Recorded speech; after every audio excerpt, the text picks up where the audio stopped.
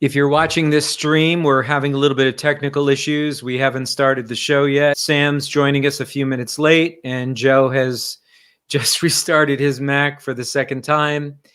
But welcome. We're going to have to see if we actually get a show out of this. Here he comes. I'm so done. I am so done with technology. Roy said, I'm so pissed. Yeah, Roy says you look annoyed. Now you sound better. So annoyed. What happened? Yeah, thanks. Great. I don't know. It doesn't matter. It doesn't matter because next week the problems will be different. So what the hell? What's the difference? Oh man, I'm so tempted to swear right now. Welcome to Command Control Power, the longest running Apple consulting podcast. For over 10 years, we've produced weekly episodes featuring epic tales of tech support and troubleshooting, discussions about managing our clients and businesses, and interviews with colleagues and vendors. For our pro listeners, we offer Patreon-exclusive shows. This private podcast feed is tailor-made for IT professionals looking for advice and guidance on the more challenging aspects of running your practice, working with your clients and employees, and managing your fleets of devices. For a modest monthly contribution, you'll unlock a world of deeper Apple expertise, meaningful connections, and a shared passion for Apple technology. Simply visit commandcontrolpower.com and click support. And now on to the show. Welcome to another edition of Command Control Power, ladies and gentlemen. I'm so done. I just can't. All right, here's the thing. I don't know where to start. All right, look at it from my perspective, right? You're carrying this one, Jerry. This is all you. Please enjoy I yourself. take the computer on the job site. You're there in Colorado. You're in a van down by the river. You don't move your setup. You might go to a coffee shop. Yeah. So what's going on over there? Roy's telling us that alcohol would help you right now. Don't I definitely agree with you, and I've thought about it. I may take a little break here in a second to go pour myself a drink. Yeah, I like a few weeks ago we go to record, and Chrome's like, camera? There's no camera. And I'm like, the camera that was there last week. What's the problem? You don't remember the camera? I go into the settings. StreamYard has access to the camera. PPPC is fine. Chrome has access to the camera. Camera doesn't show up in Chrome no matter what I do. Restart, quit, reopen Chrome, all the things. I figured, okay, let's punt. I use the internal camera or whatever. And then I figured, okay, next week will be different. Nothing changed. So just suddenly it just stops recognizing it. Meanwhile, other apps. Now, we've talked about this on the show about the magic, the phone has to be in this position, right? And then Chrome is allowed to access it. Fine. So I have a mount for it and everything. And it was in the magic pose, and it's not accessible to Chrome, but it's accessible to other apps on my system. I quit Chrome, I open, obviously FaceTime, all that stuff works as the built-in apps, but even third-party apps also have access to that camera. I'm talking about continuity camera. And for some reason, just Chrome doesn't. I don't know why. It was working fine, and then it stops working. So I gave up on that. Next week, it wasn't a change. Troubleshooted further. Still no luck. What am I supposed to do? I'm just a normal guy. I think the operative word is troubleshoot at that point. Yeah. Oh, totally. Total. Yeah. It's a troubleshoot show. Yeah. So if you were my client, I would download that app cleaner for free, and I would remove Chrome completely and the components, and I would re-download a fresh copy. Have you tried that? No, I was thinking of just quitting this whole business because I think that would be a probably easier solution at this point. And it's so frustrating. Like, it's fine. I get paid for it. When it's a client, I get paid for it. If it were my client, I'd probably say, I don't know, let's try Firefox. So this week I tried Firefox 15 minutes before we're recording, get Firefox updated, test it. It's got access to the camera. We go live and you can't hear me, or you can hear me and it's chopping out and it's like inconsistent. That's the other annoying thing, is that this stuff happens and it's just inconsistent. I'm making changes and it's okay, it's better. And then I don't touch anything and it's worse. Like, why? What's happening? So I give up on Firefox. Now I'm back in Chrome and I have to use my built-in camera. It's fine, but I have a setup where I can stand and I can use the better camera and I can have my big screen and I can have my wired, all the things. Now instead, I'm just sitting here with a laptop in front of me. I'm just frustrated. It's not this. Yeah. Using my your AirPods because like an animal. Yeah, like an animal. Again, it's all fine. It's just on top of a series of really annoying do you want me to tell you more annoyances? I could carry the show do, with but let me frustrations. put this in perspective. Let me just put this in perspective. One of your technicians, your key technician, was out on vacation. So you were nice enough to throw me a bone, and I did a little bit of work for you. I went to this client. You were nice enough to do it. I appreciate I'm my a hell of a technician was guy, out Joe. away.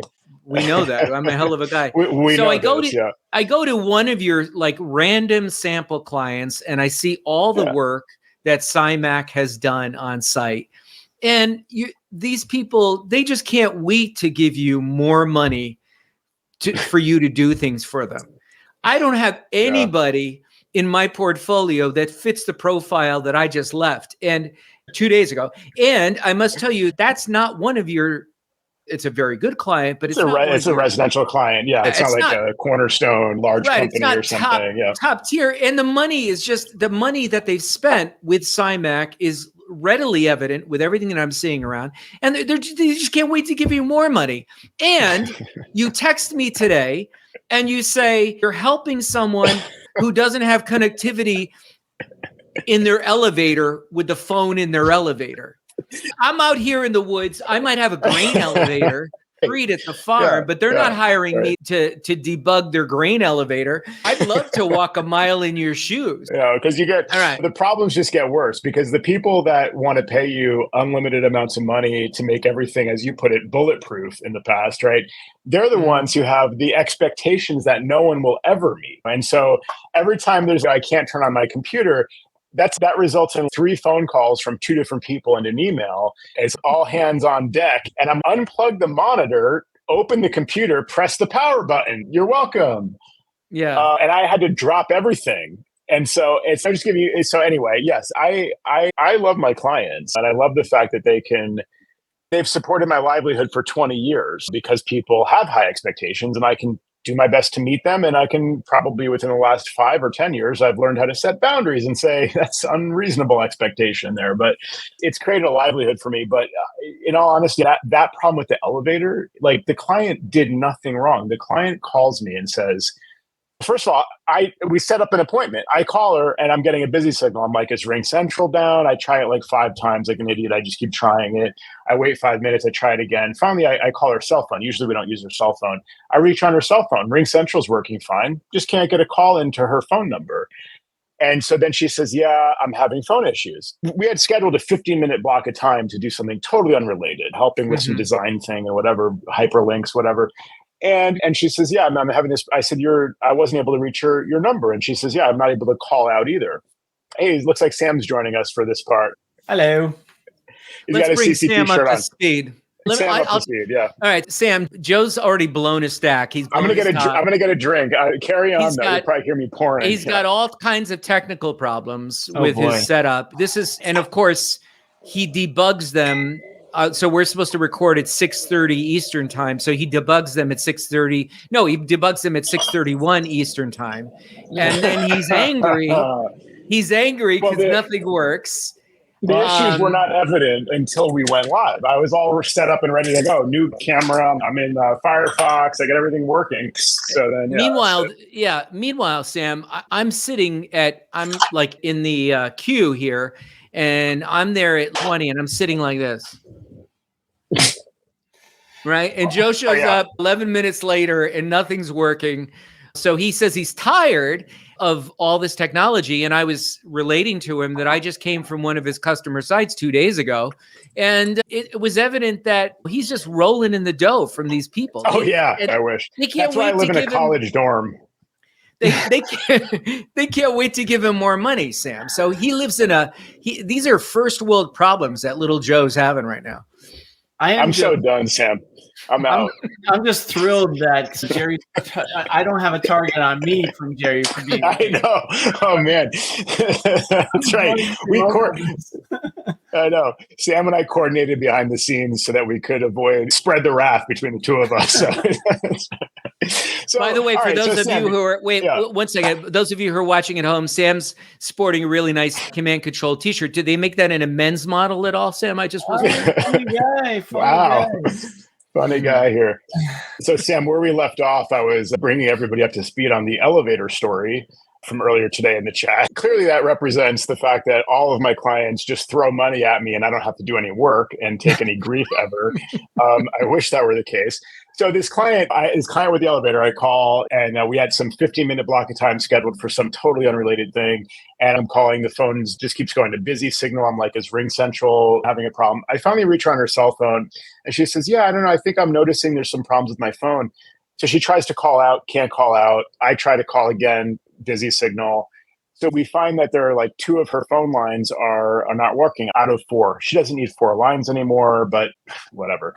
It's just on the list of things like we should probably help her with downsizing that. So then she says, Frontier called me last week and they said, blah, blah, blah, blah, blah. We want to send a technician. Frontier's her phone company. Yeah. Yada, yada. And then she has no phone service, basically. So I had the part where they show up and the technician says, so the phone person is like, oh, we're going to sell you all this great stuff. It's going to be fiber or whatever. And she's, I don't know. Do I need that? Fine. Come to my house, walk around, do your thing. So the guy comes to the house and says, everybody knows that older people need more fiber, Joe. Exactly. Yeah. So right. Who wouldn't say yes to that if you're over 55, right? Exactly. Great point, Jerry. It's good. It's a good, thank you. All right. So we'll keep it light. So the guy says, we can't do that. That's ridiculous. Like telling this Nana that it's ridiculous that she wants fiber. Nana's, I don't care. I don't want anything. Why are you even in my house? They told me that you're going to come here and do something. I don't know. I don't care. I just want the phone in my elevator to work. That was part of the issue. That was the issue. This guy says, I can't put a fiber phone line in your elevator, which the fiber doesn't go to all the phones anyway. Like it would come into the basement and then it would be distributed over plain old telephone signals, I assume. I don't know. None of this matters. But, okay, so then he's just, the lines are buried. Nothing's going to work. The elevator, blah, blah, blah. And he leaves. The next day we find out she has no phone service. Ridiculous. I'm like, this... So, and then she's, I don't know, these people were calling me. I couldn't understand what they were saying after that guy left or whatever. And she's, I might have hung up on one of them. And I'm like, that's fine. I don't blame you. And that shouldn't mean, well, they're just going to destroy your phone line, like out of spite or something. What is this? So I spent an hour on the phone with Frontier. First of all, they have no security. I'm like, hi, I'm Mrs. Smith. My phone number is such and such. And they're like, hi, Mrs. Smith. Like, they don't care. Oh my God. So I swear to you, I was like, reactivate the phone number. Call me back and tell me what the heck went on. And they just, all of these changes to her account, they don't care. They just took my word for it. I can call any Frontier customer and the 2-factor is I know your phone number. How is this secure at all? That part was just, but I was like, thank you, because I don't have to join her to the call and then have to navigate between like speakerphone on both sides and all that crap. All right. So I get on the phone with them. Customer service says, oh, I see the line was deactivated. I'm like, why? We didn't do that. I'm like speaking for the client now. We didn't authorize that. And he's, oh, I'm so sorry. He was actually really good at technical support. And he's, I'm not sure. He's, here's the service order number. It looks like it was just done yesterday. So you're going to have to talk to customer service and they can help you. So then he transferred me to customer service. They were also good. And they said, yeah, I see that happened. I don't know why. And I think retention can help you. So they passed me to retentions. Now retention is saying, hey, and then they're like, enter your phone number in the dial pad for the 3rd time. Okay, fine. I'll do that. Then they get on the phone. What's your phone number? I just entered it for the 3rd effing time. Okay, my phone number is whatever. So fine, I get reauthorized by the secret phone number. And then they say, yes, we can reactivate this. Thankfully, it hadn't been too long. It'll happen on Friday. So it's, what day is it? Wednesday. So It's 2 more days. So it's basically 4 days that she's without a phone because of something, who knows what somebody did. And yeah. They're able to cut it off in a day, but to turn it back on, it takes 2 days? Yes. Great point. Yep. Great point. That's the way it works. Like Jerry says, it's never in your favor. The mistakes, the errors, the problems, the delays, it's never in your favor. It's never, oh, surprise, you won $200. No, it's, oh, your account just got dinged. But anyway, so I'm like, I tell this agent, I'm like, that's great. Thank you for your help. I really appreciate you doing that.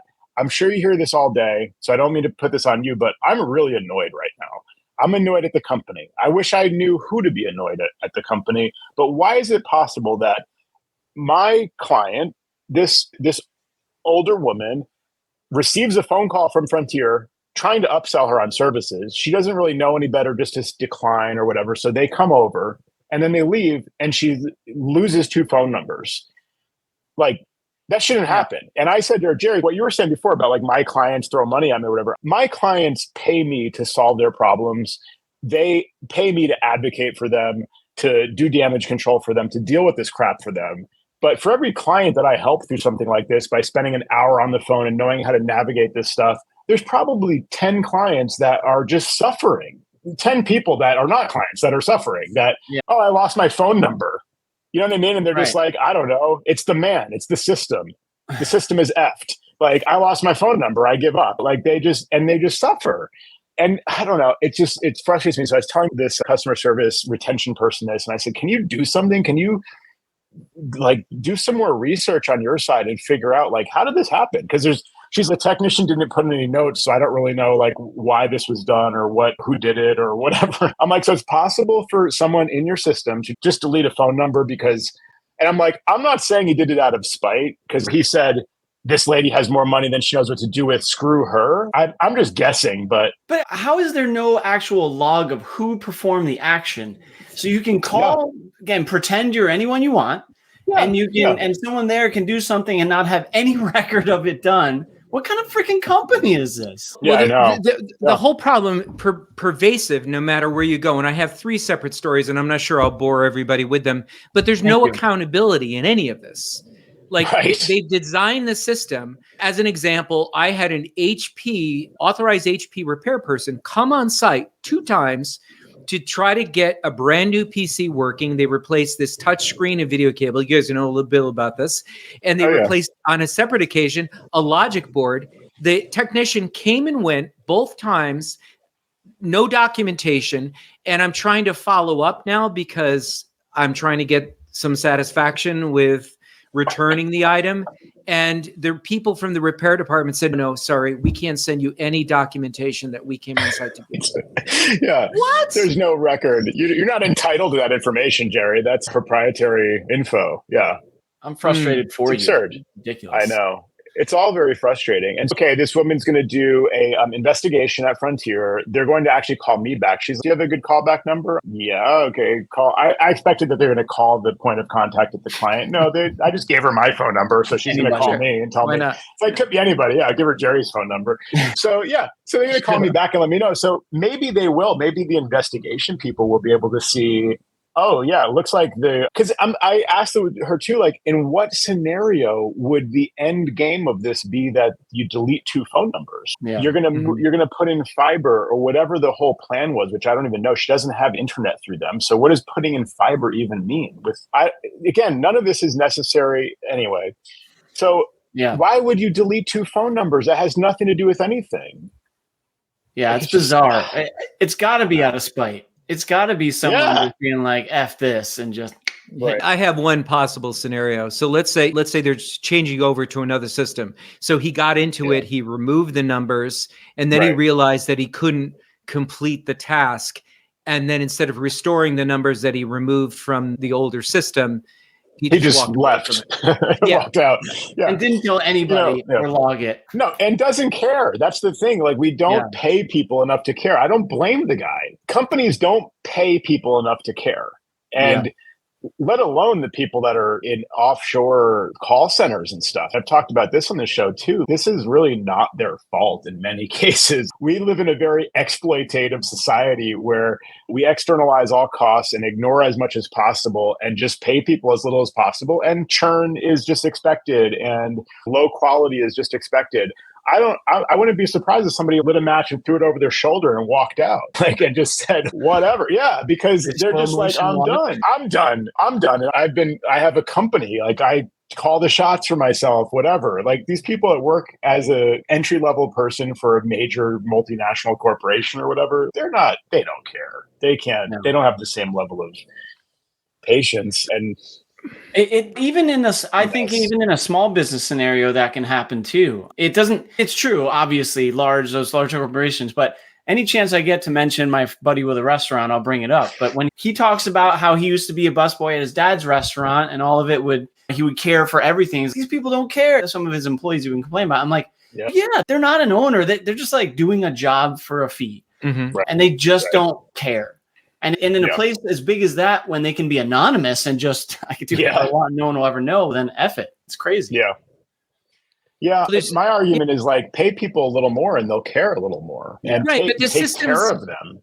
Yeah, but the system is rigged.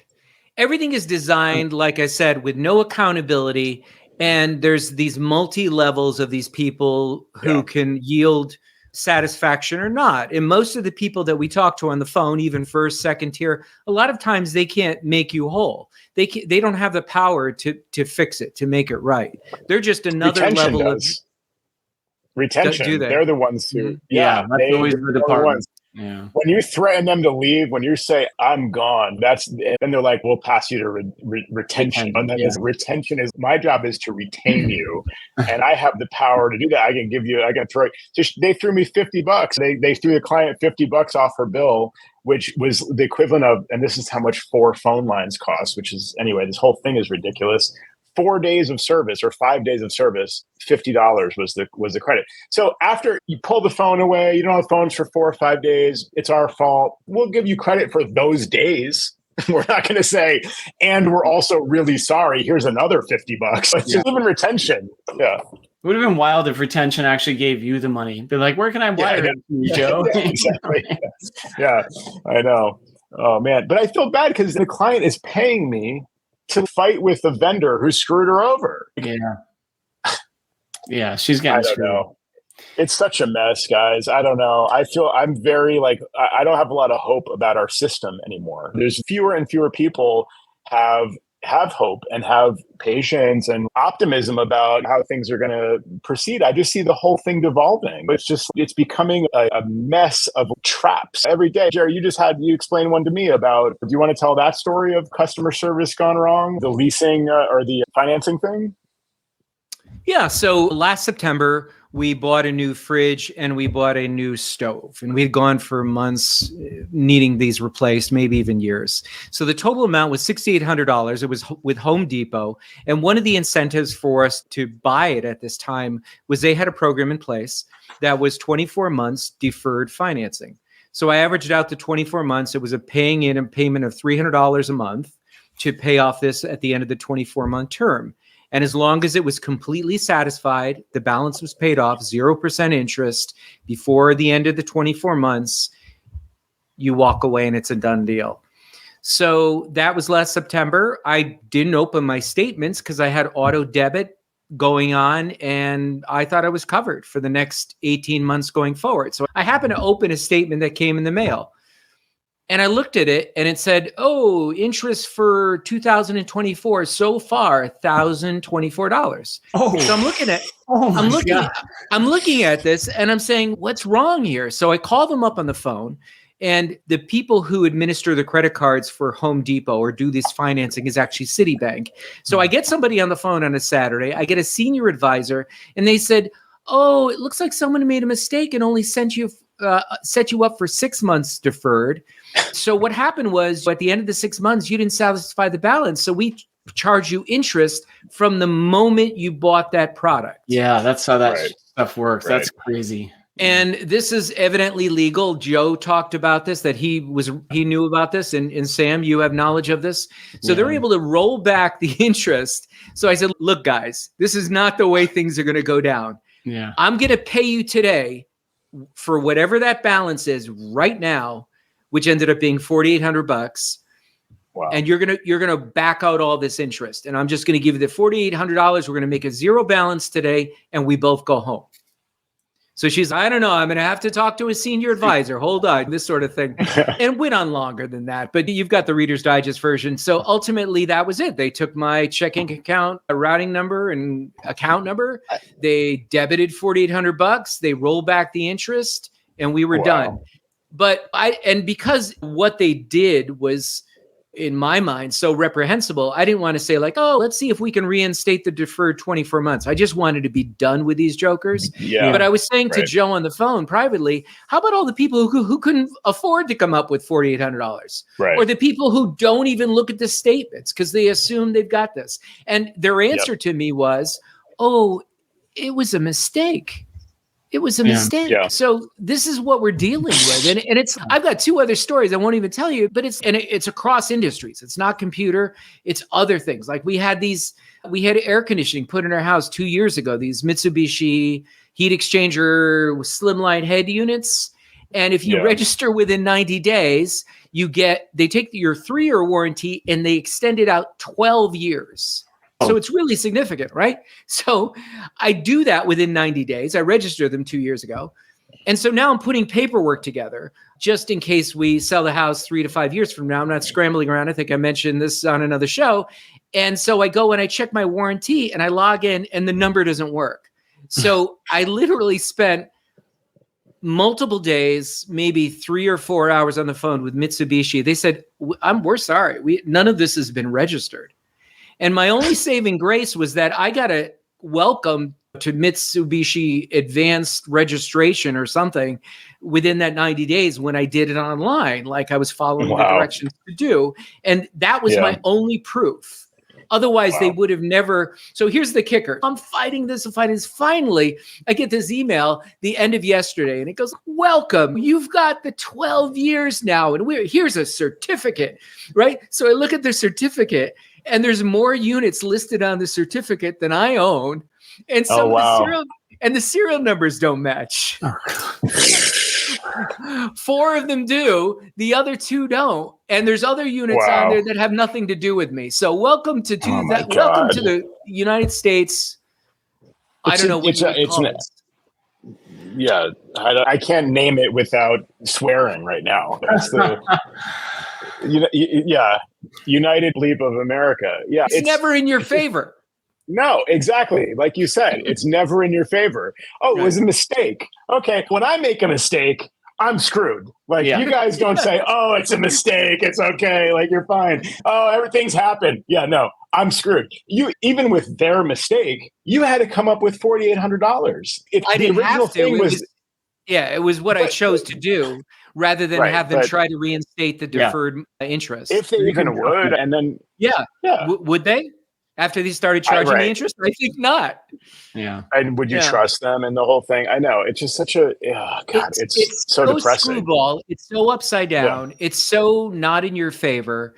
It's just reprehensible business and they get away with it. And so many people, like you say, whether it's the lady with the elevator, the phone in the elevator, she gets rolled over and everybody else gets rolled over. Oh, and I love this where they say, we're investigating. What do you mean you're investigating? There's nothing to investigate. I registered. I got proof that I registered. The numbers aren't there. Register my units. Here are the serial numbers. What are you investigating? Right. Your own stupidity? Right. I mean, I've been yelling this whole show, but I just feel like that's the level that I'm at. No, I turned my volume down when I joined. Thank you. Like my wife says, she goes, you're at an 11 right now. I've been at an 11 for months.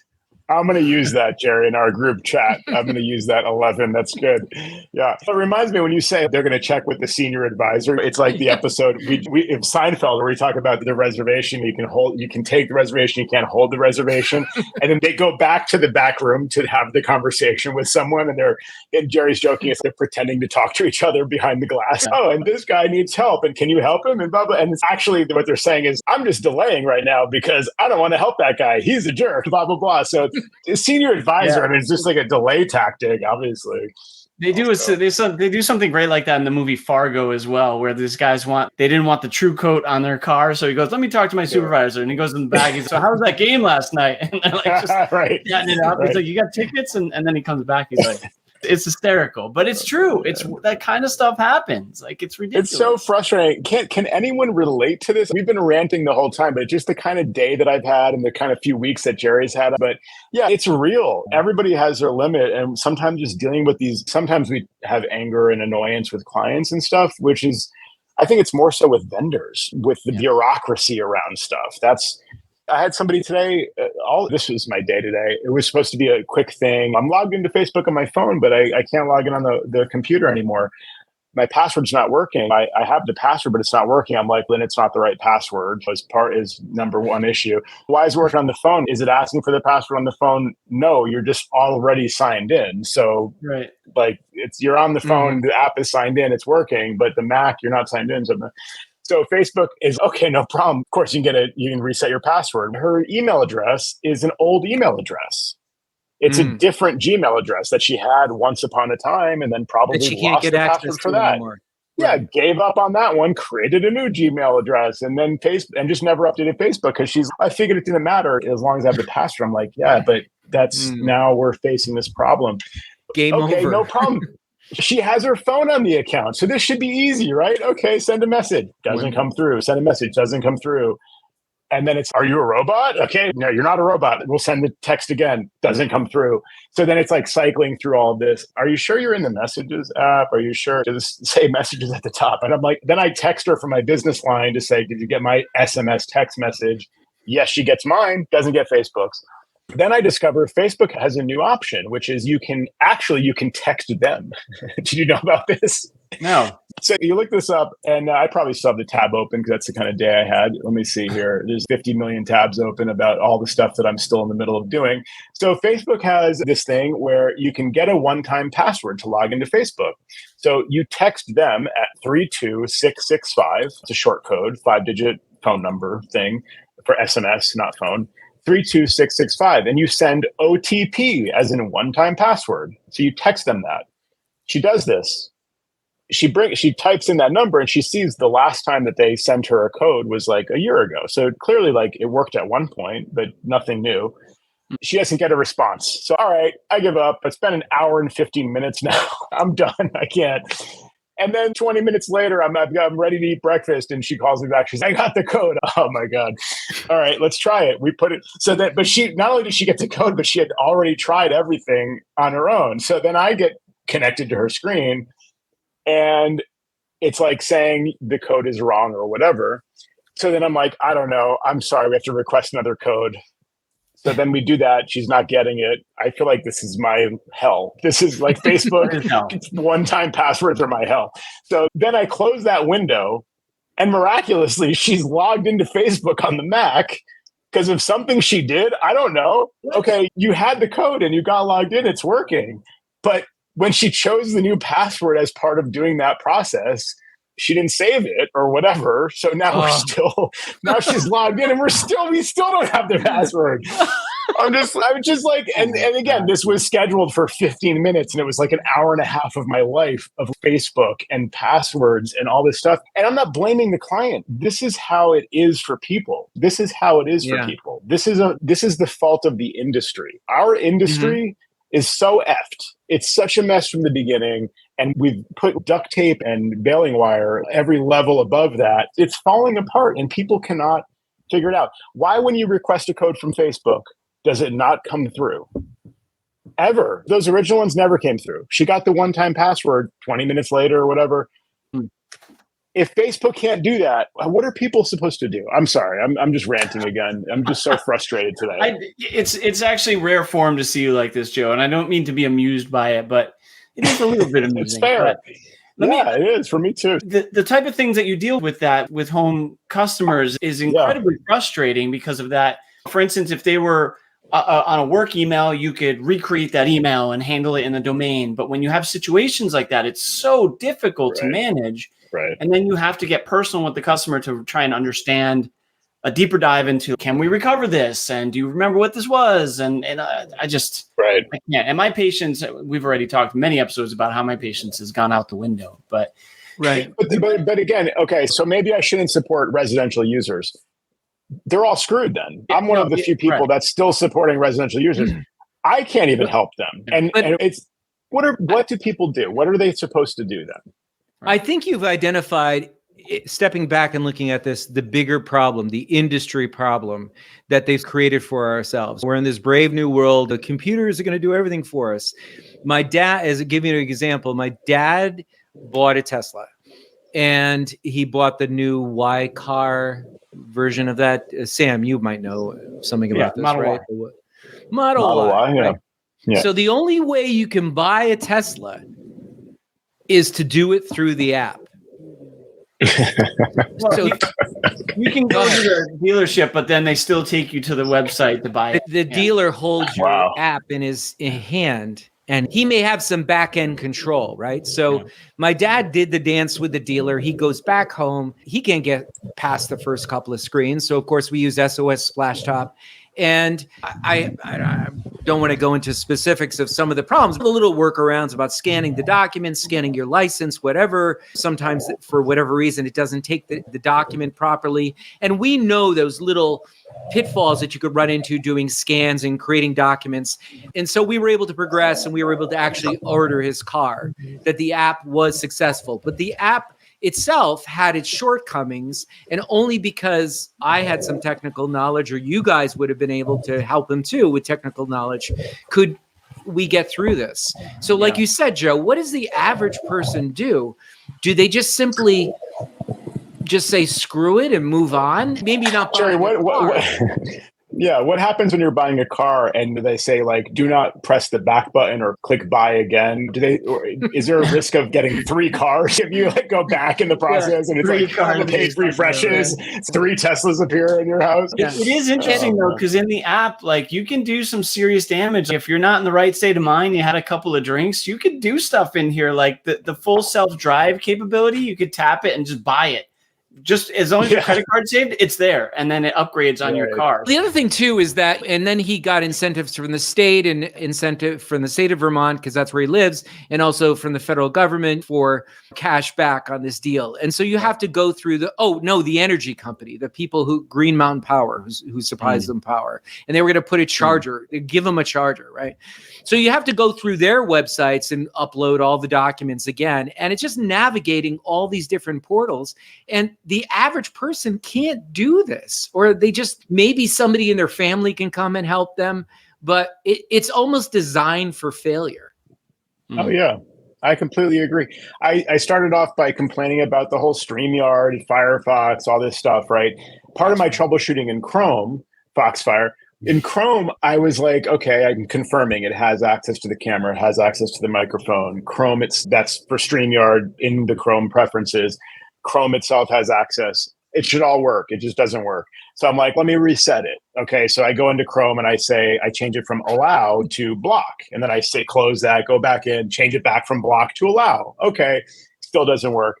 And I'm like, all right, what if then there's an option, reset settings for StreamYard in Chrome. Then it'll ask you again later, right? Okay, so I'll reset the settings. So I do that, go back, and StreamYard doesn't have access to the camera and the mic. And I'm like, all right, so what should I do? So then I quit Chrome and I reopen it, and doesn't have access to the camera and mic.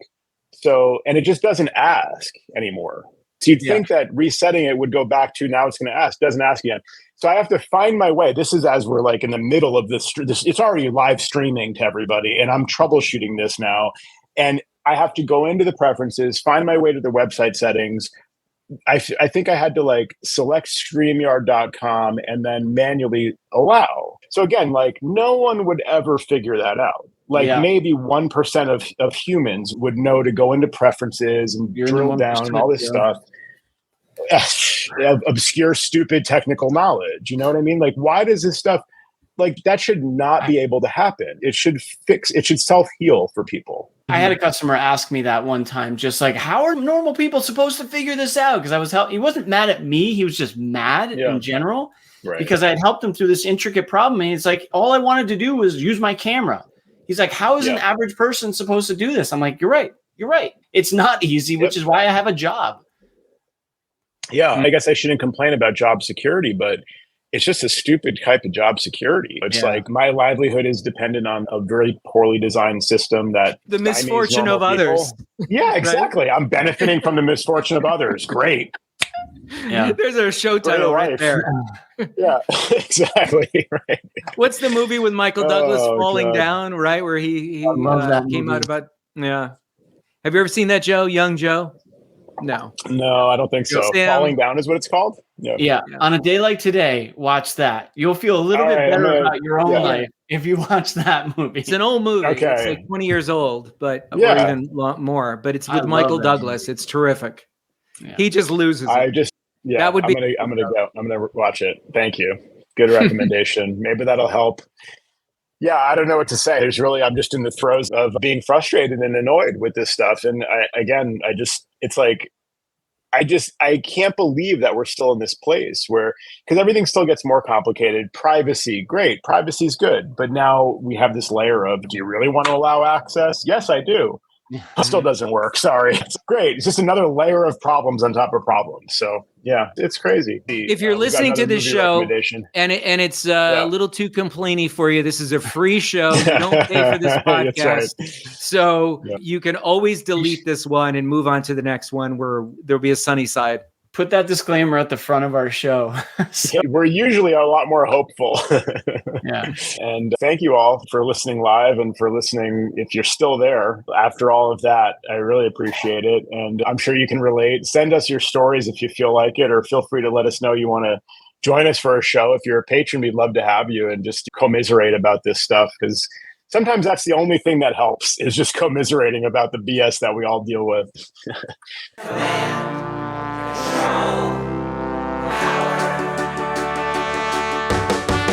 Jerry does his voices of customers of all kinds. Am I on the cloud? Joe spins his deeply detailed yarns all the time. I have a whole story about this. Sam is on the road again, phoning in from a hotel. At least we know where I am. Half a cent